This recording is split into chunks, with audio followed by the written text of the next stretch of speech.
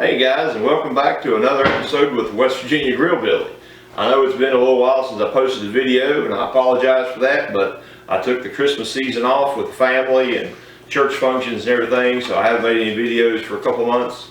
But we're going to get back into it today, and it's winter time, of course. It's January the 2nd, and Happy New Year's to all you guys that's watching.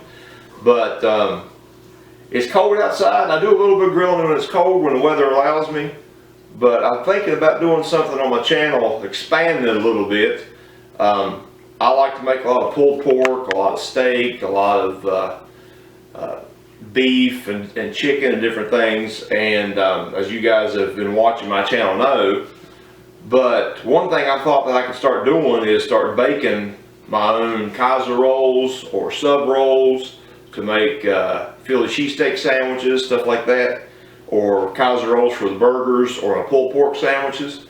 So I'm going to start doing that kind of stuff on the channel. I hope you guys like the new content, but I really enjoy it. I love baking and I love cooking in general, not just grilling, but I love to bake and cook in general. So today we're going to make some Kaiser rolls. I'm going to do some burgers tonight for supper. So I'm going to make some Kaiser rolls today for our burgers tonight. And so let's get started with that. First of all, I have a cup and a half of warm water, and it needs to be 100 to 110 degrees, warm to the touch. That's good and warm. And I have 2.5 teaspoons or 1 packet of dry active yeast. I'm going to pour that into here. And then I have 1.5 tablespoons of sugar. This is for the yeast to feed off of. And what we're going to do is we're going to mix this all up in our container here, and we will let this sit for just a few minutes. And what this is called proofing your yeast. While this sits for a few minutes, you'll see that the yeast will actually get frothy and milky on top. That lets you know your yeast is alive and it's going to work. So while this sits, I'll be getting the rest of my ingredients and stuff together. We've got 4 cups of flour. I've got a teaspoon of salt. And then we will mix all this stuff together in the KitchenAid mixer and get the dough hook going and make us a big dough ball for our Kaiser rolls. So we'll be right back. All right. We got all our ingredients ready. You can see now that our yeast has risen on top. It's fluffed up on top. So it's good and alive and ready to go. So you can do this a couple different ways. A lot of people put like half their flour in and then their liquids and mix it up for a little while, then pour the rest of the flour. Or you can pour all the flour in and then all your liquids and mix it up. It doesn't really matter which way you do it, just whichever way you're more comfortable doing it. I like to pour about half of it in. Over half, something like that, and then we'll pour our yeast water in there. Get that in there, and then we'll pour our salt in. We'll lift up our bowl here, and I will, for some reason my mixer's not working. Alright, we got our ingredients in the bowl. We got about half our flour in there and our yeast water. So I'm going to start mixing it. I'll put the mixer on 2. Let that mix for a little bit. And as it's mixing, I'll add the rest of the flour. Like that. Alright. Now what we'll do is, we'll let this mix. I'll increase the speed up to 4, and this will mix up for about 7 or 8 minutes. What you want is a nice dough ball, and as it's mixing, if you notice the flour and stuff is sticking to the side of the bowl, then you might want to add a little bit more water, or if it's really doughy and it's really sticky and mushy, you can add a little bit of flour. There we go. You can hear the mixer working now. We'll slow that down 1 more speed. And we will let let that knead up for about 7 to 8 minutes, and we'll be back to get the dough ball out of the mixer here, and we'll get our dough rise for our Kaiser rolls. Alright guys, our dough has been kneading for about 7 or 8 minutes. And what you're looking for here is for the dough to be kneaded enough to where it comes right off the dough hook. And it comes right out of the pan without sticking to the sides. It's a little sticky, but not bad. It doesn't stick to your hands very much. I've got a floured surface here. I'm going to roll this dough around a little bit so it doesn't get stuck at all. Fold it in half a couple times. Like this. Knead it out a little bit. Gotta be careful with a slick cutting board. Don't want our dough on the floor now, do we? Fold that over a couple times. What we want to do is we want to form this thing into a ball. We want to try to not have any seams in it. Tuck all that underneath. And roll it around like so. There we go. We got a nice ball. Now what I'm going to do is I'm going to pour a little bit, maybe about a tablespoon, maybe a little less, of olive oil in a bowl. We will put this in here and roll the dough around a little bit just to get the surface of the dough oily so it doesn't get hard. And we are going to leave that in there, cover it with some press and seal and a tea towel, just like that.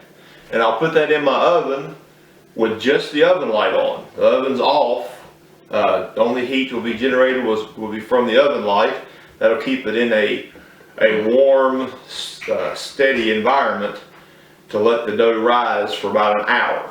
It needs to double in size or about an hour, whichever one comes first. So we'll go ahead and put this in the oven and let it rise, and we'll be back to see how our dough is doing. Okay, our dough is risen for an hour, so we're going to uncover it here. Yeah, you can see that that's well doubled in size. So what we're going to do now is we're going to poke it in the middle and get the air out of it, like that. We'll take it out of the bowl. That's good, that feels good. Alright. Now, what I want to do here is I'm going to roll this up and fold it a few times. And I want to cut it into equal parts. We'll make some rolls out of it here. So we'll cut that. And then we'll cut here. Cut again. I'm going to try to make 8 equal parts out here. We'll make 8 rolls.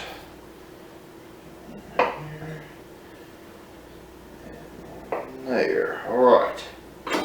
Now we'll get these, let these sit up here. So what I want to do is we're going to take one of them. We're going to roll it out. My pan's so oily. Here we go. Roll this out here. Let's scoop that use the table. Here we go. Roll this out till you get it about 12 to 18 inches in length. You want to roll it out good and straight and even. You want to try to make it as even as possible where the dough is the same thickness all the way through.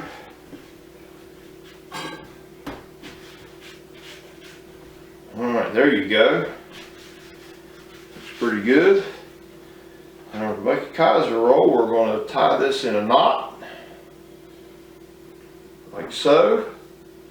I'm going to take this side, push it down the front, this side, push it down in the back, push it in the middle, just like so. I'm going to do that for the rest of these, and we'll get all 8 of them made up, and we'll see how they turn out. Okay, we got all 8 of them made up here. I'm going to make sure it's tucked in there good. I'm going to cover these, let them rise for about 30 minutes, and then once they rise for about 30 minutes, we'll come back, put a little egg wash on them, and bake them in the oven. Alright, we got a pretty good rise on these. Now we're going to take a little egg wash, just 1 egg and about a tablespoon or 2 of water, just enough to mix it up good. What we'll do is we'll take this egg wash, put it on top of the rolls. And what this will do is this will give the rolls a crust on the outside. We'll have a crispy crust on top. We'll get these washed.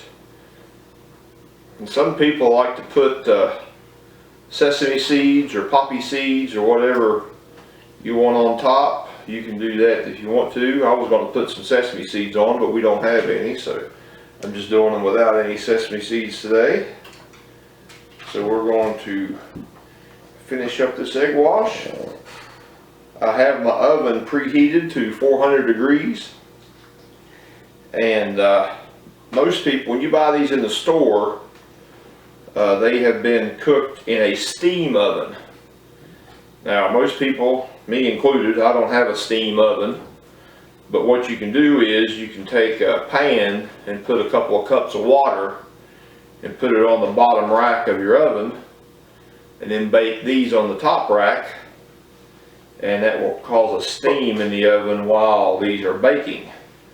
And that will also give the rolls that chewy crust texture on top, like we all like. So I've got the egg wash on these. I'm going to put them in the oven at 400 degrees for about 30 minutes total time, and then we'll see how they turn out.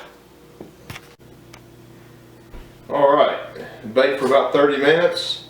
They look really good. I wish you guys could smell this. These things smell great. But I'm going to take one of them off here. See what we got. I could have done a little better job of tucking them. They've come apart a little bit, as you can see, but they still look really good. Bottom's not dark. We'll put them on a rack over here to cool. Let them cool for just a few minutes, and we might have to give one of them a test here in a minute. You know me, when I do a video, do some cooking, I like to taste test what I've got and see if it's any good. So we'll put these over here to cool. Let them cool for just a few minutes and we'll see what we got. Alright, they've cooled for just a minute, and instead of, I want to use these for burgers tonight. So instead of cutting into one, so we're going to be using all of them, what I'm going to do is I'm going to break off one of these little tabs here, just give it a little test and see how it tastes. Man, it's pretty good. That's pretty good. Good soft texture, good flavor, nice little crust. Yeah.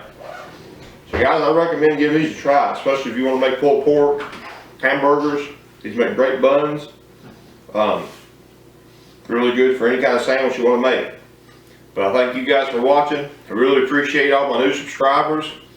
You guys keep on tuning in to the Grill Billy, and we'll keep some more content coming to you. This is West Virginia Grill Billy saying keep on grilling.